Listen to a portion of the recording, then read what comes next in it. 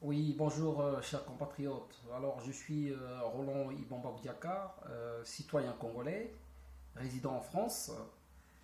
Et donc j'ai tenu à remercier mes compatriotes qui sont amis avec moi sur Twitter, sur les réseaux sociaux.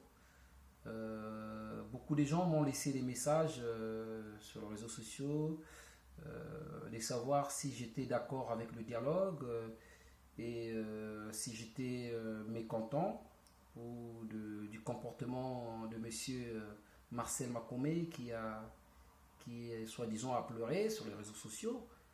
Donc voilà, mais écoutez, moi j'ai pris mon temps pour vous répondre puisque j'ai lu vos messages.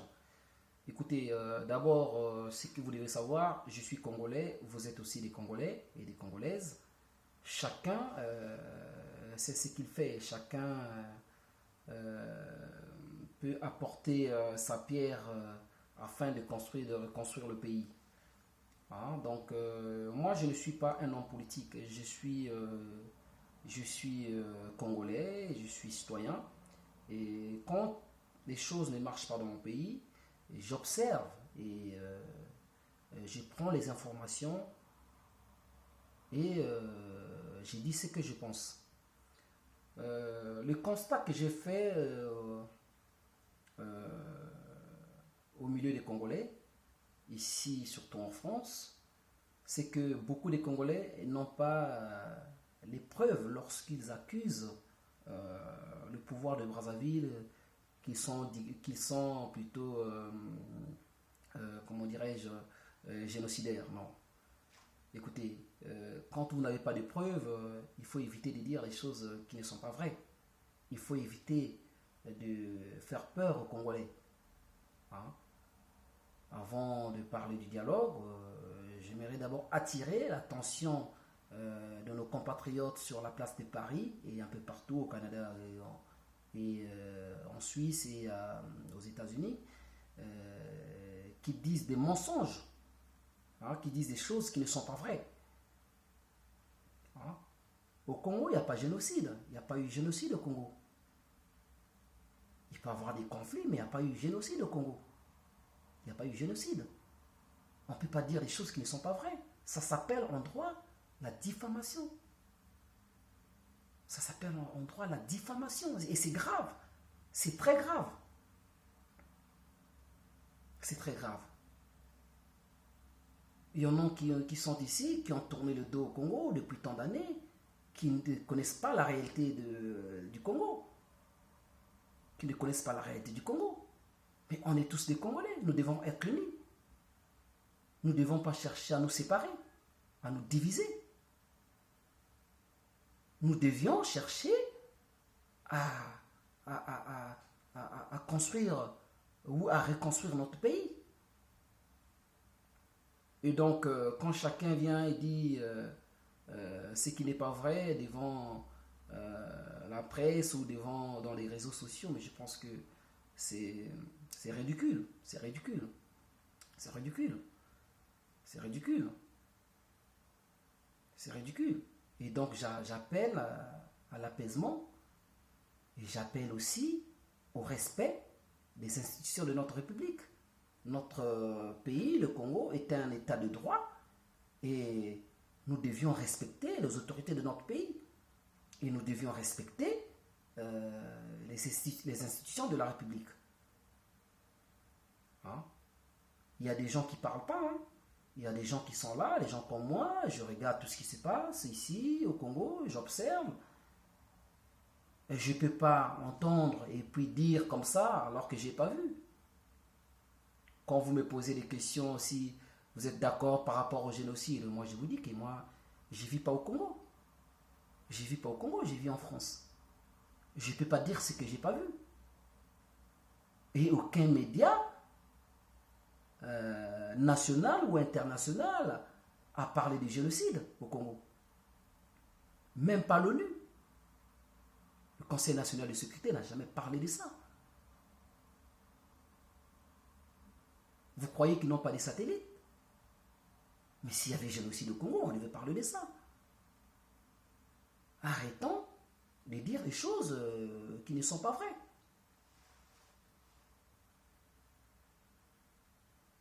Bon, maintenant, pour le dialogue, écoutez, je suis congolais, comme tout le monde, je suis congolais comme tout autre. Je suis prêt pour le dialogue, puisque je suis congolais. Je ne veux pas participer au dialogue comme étant un homme politique ou un membre d'une association. S'il s'agit excusez-moi, de participer au dialogue, je participerai au dialogue en tant que citoyen congolais. Et je dirais, ces jours-là, devant ceux qui seront en face de moi, des choses. Et des choses qui peut construire, pas qui va diviser, qui va détruire. Donc, il faut dialoguer. Vous savez, notre pays a traversé les moments difficiles. Nous avons connu des guerres dans notre pays à cause de notre bêtise humaine. Et quelque part, nous sommes aussi responsables. Hein? Il n'y a pas que les hommes politiques, même la société civile est responsable.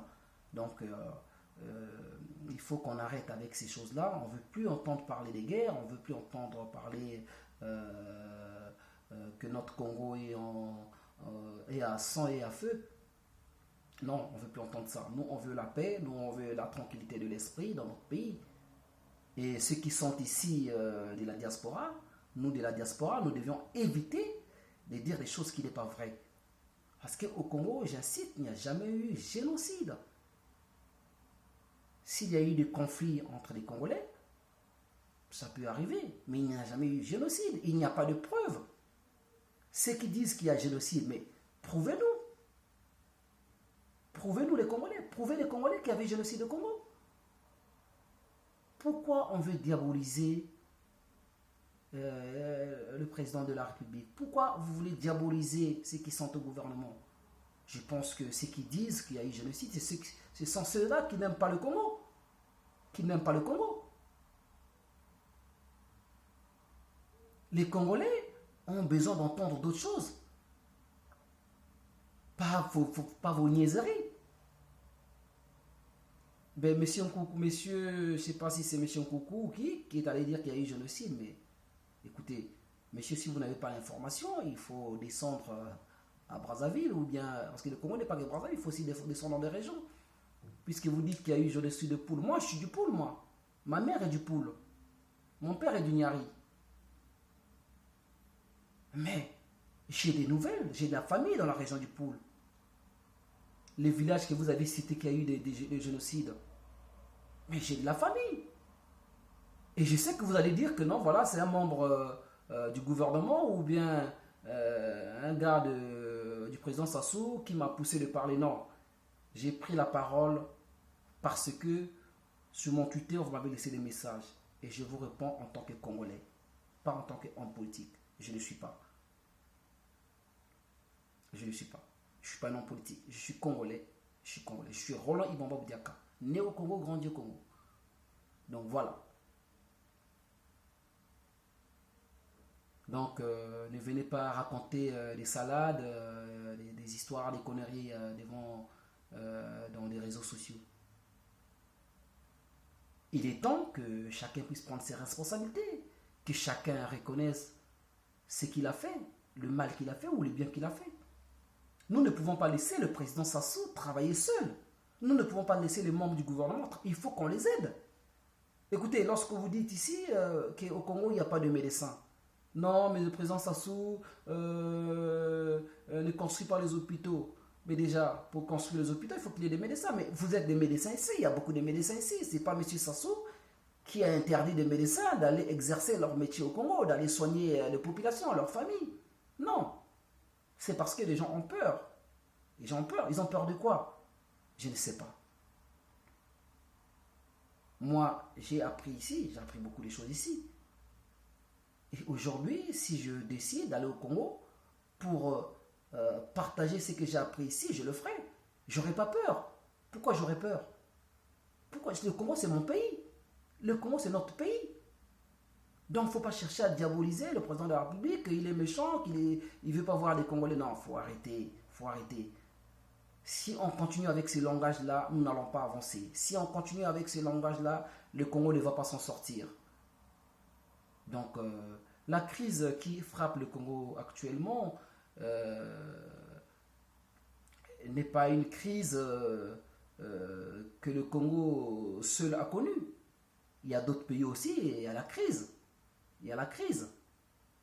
Et donc, comme les gens disent ici que non, les membres du gouvernement ont volé l'argent. Bon, moi, j'ai pas de preuves. Hein. Sincèrement, j'ai pas de preuves. Ceux qui ont fait ça, et ceux qui ont volé l'argent ou pas, moi, j'ai pas de preuves. Moi, je parle avec des preuves. Je parle avec des preuves. Donc, ils sont libres de faire ce qu'ils veulent. Ils sont responsables. S'ils ont détourné l'argent des caisses de l'État, ils sont responsables. Mais moi, je ne peux pas dire que tel ministre, ou ministre Thierry Mongala, ou bien la Kuala, ou bien le ministre Mabiala a volé de l'argent. Non, parce que je n'ai pas de preuves. Donc, je ne peux pas diaboliser ces gens-là. Donc, les Congolais l'homme congolais ou la femme congolaise doit se mettre debout pour dire que bon, il est temps qu'il y ait la réconciliation dans notre pays, qu'on se réconcilie. C'est tout ce que je demande. Bon, maintenant, en ce qui concerne l'affaire de monsieur Marcel Makomé. Bon, pour ceux qui ne connaissent pas Marcel Makomé, c'est un homme politique, il fut diplomate, ambassadeur du Congo en Suisse au temps de M. Lissouba, le professeur Pascal Lissouba, l'ancien président du Congo. Et je ne sais pas ce qui s'est passé après, s'il a été relevé de ses fonctions par le président Sassou ou pas, je ne sais pas. Donc, ce que je sache, ce que je sais, c'est que M. Marcel Makomé n'est plus ambassadeur. Donc, il a été remplacé par une autre personne. Et on m'a dit que M. Marcel Makomé a pleuré. Mais écoutez, moi j'ai suivi cette vidéo-là, on me l'a envoyée. J'ai eu le temps de la décortiquer et de l'analyser aussi. Je pense qu'on ne doit pas accabler les gens. Il ne faut pas avoir cette habitude d'accabler les gens. M. Marcel Makomé est responsable de ses actes. Il est majeur, il est responsable de ses actes. Moi, j'ai suivi plusieurs vidéos de M. Marcel Makomé où il a parlé, il était contre la Constitution, il avait contesté les élections de 2016, où il a parlé de Madame Sassou, Madame Antoinette, la première dame, qu'il avait donné, je ne sais pas, 3000 €, je ne sais pas quoi. Donc, tout ce que je sais, c'est que M. Marcel Makomé est d'abord ami du président Sassou des longues années. Et ils étaient tous à l'UGC et puis UPADES. Et donc, même lorsque son père ou sa mère, hein, si je ne me trompe pas, est décédé, c'est le président Sassou qui a aidé M. Marcel Makomé d'enterrer son père ou sa mère, si j'ai une bonne mémoire, à Mosenjo. Donc voilà, il était dans des difficultés. Mais maintenant, si M. Marcel Makomé a pleuré en disant au président Sassou que il est abandonné à lui-même, bon, il n'y a que lui qui sait.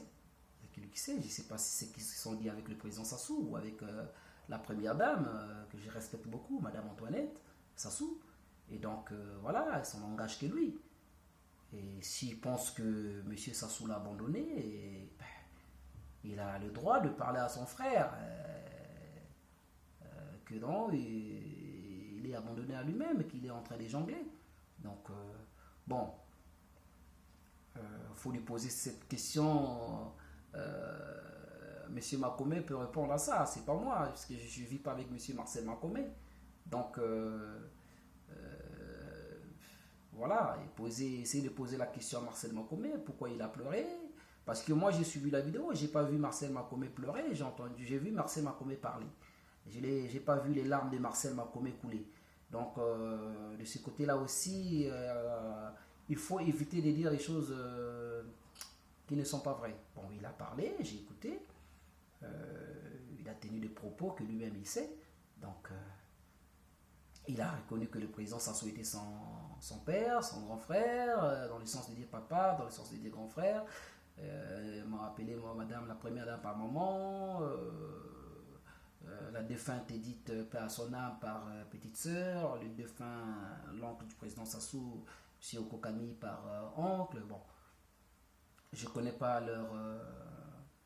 leur amitié, hein, donc on sait que je sache que c'est un ami du président Sassou. Donc je suis pas censé à répondre donc à cette question. Allez voir, si vous me suivez, allez voir Monsieur Marcel Makome, vous lui poserez la question pourquoi il a fait ça. Donc il n'y a que lui qui sait.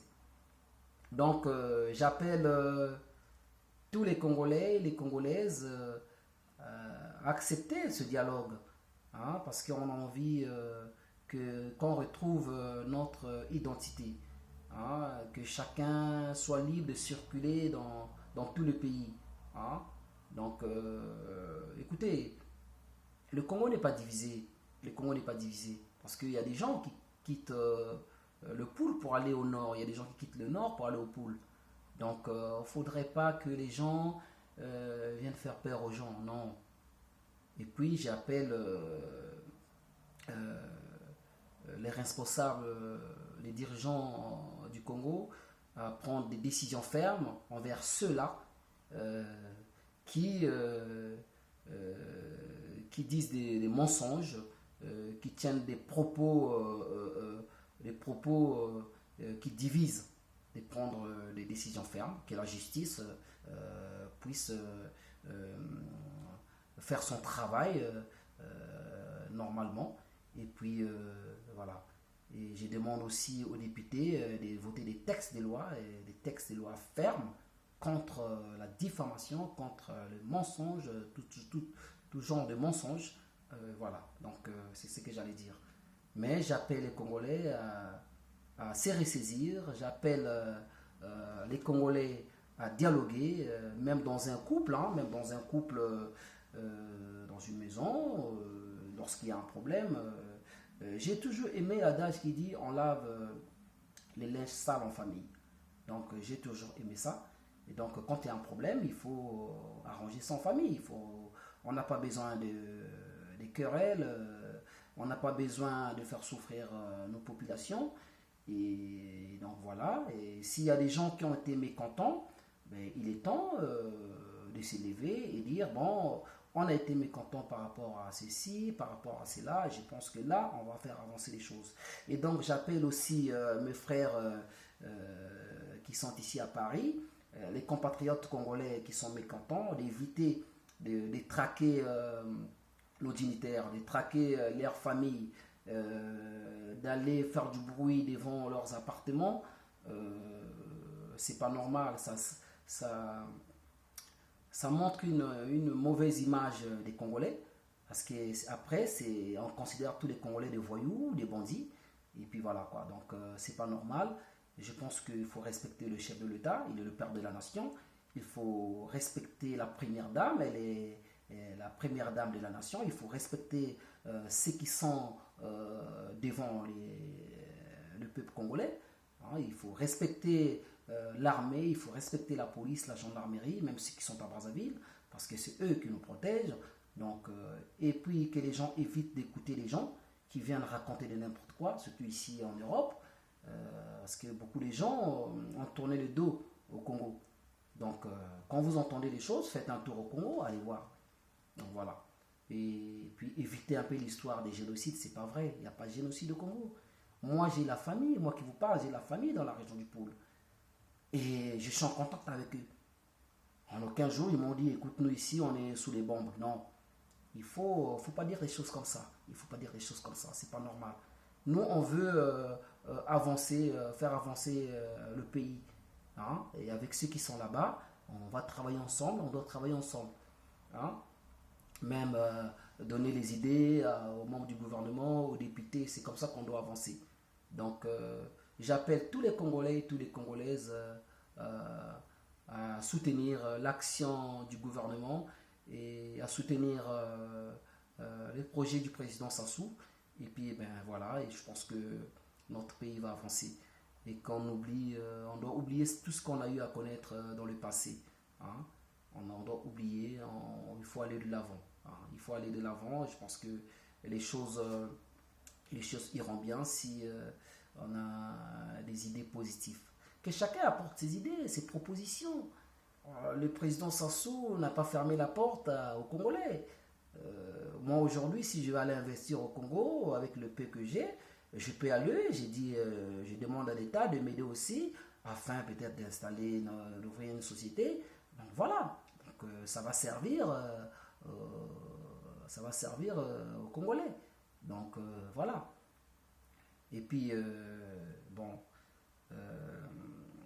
les frères d'ID 142 qu'on appelle les indignés d'ID 142.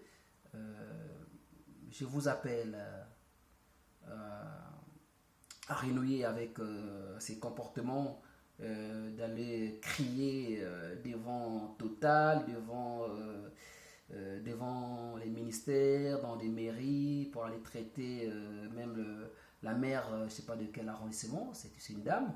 C'est pas normal, hein, c'est pas normal. D'éviter aussi de salir l'image de notre pays quand le président arrive. Je ne sais pas si vous avez constaté que vous êtes que 3 ou 4. Ou 3 ou 4, c'est pas normal. C'est pas normal. C'est pas normal. Et qu'est-ce que les Français diront? Ils vont dire, bon, écoutez, les Congolais sont devenus des sauvages, ils sont sauvages, voilà comment c'est qu'ils font. Et c'est tous les Congolais qui sont mélangés dans le même panier que vous. Donc, je pense que même si vous êtes mécontents, on ne résout pas le problème dans la violence. On ne résout pas le problème dans la violence. Donc, j'appelle le président Nitou à arrêter avec ce qu'il fait, avec ses acolytes. Je pense que on ne peut pas trouver la solution dans la violence. Aller attaquer le président de la République à l'hôtel avec ses ministres, avec sa garde, je pense que c'est pas normal. Taper quelqu'un, un jeune Congolais, Gabriel Bokilo, que je ne connais pas, mais c'est un compatriote, j'ai pas aimé ça, j'ai pas aimé. On doit respecter nos musiciens, on doit respecter ceux qui conduisent notre pays, le chef de l'État, les membres du gouvernement et quelques dignitaires du pays. Donc voilà. Et donc j'appelle Roland Nitou à se ressaisir. C'est un homme intelligent, il est intellectuel, vous êtes intellectuel. Je pense que on ne pourra jamais trouver des solutions comme ça. Vous pouvez demander l'audience lorsque le président Sassou arrive. Vous partez le voir, il ne va pas vous canarder ou bien il ne va pas vous égorger. Vous partez le voir, vous dites ce que vous pensez et dans le respect. Parce que, vous savez, moi j'étais entre-temps sur les Champs-Élysées avec un ami français. On est souvent ensemble, on était dans un restaurant, il m'a parlé un peu de notre comportement sur la place de Paris. Hein? Pas ceux qui sont en province, mais ceux qui sont à Paris. Et j'étais gêné, un Français qui me dit, mais c'est quoi votre comportement là, crier sur votre président devant l'hôtel, alors qu'il y a beaucoup de gens qui sont dans cet hôtel, qui sont logés dans cet hôtel. Regardez, voyez-vous, c'est pas une belle image de notre pays. Donc c'est une honte. Donc voilà. Et j'ai dit à mon ami, eh bien, écoute, merci pour la remarque. Donc, monsieur Roland Nitou, avec tout le respect que j'ai pour vous, essayez un peu de reculer en arrière et puis voir comment vous pouvez faire pour rencontrer le président Sassou ou bien ses ministres pour en parler, pour parler de la situation du pays. Donc voilà, c'est ce que j'ai tenu à dire. Et je demande à tous les Congolais, à toutes les Congolaises, de respecter les institutions de la République comme on l'a toujours respecté.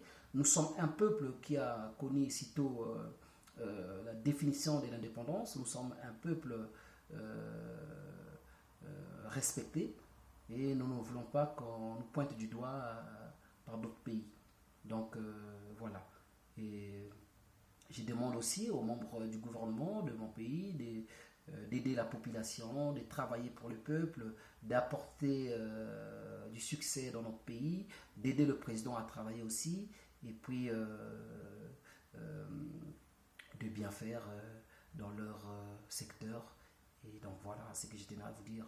Donc que vive le Congo, vive la paix, vive la démocratie. Je vous remercie.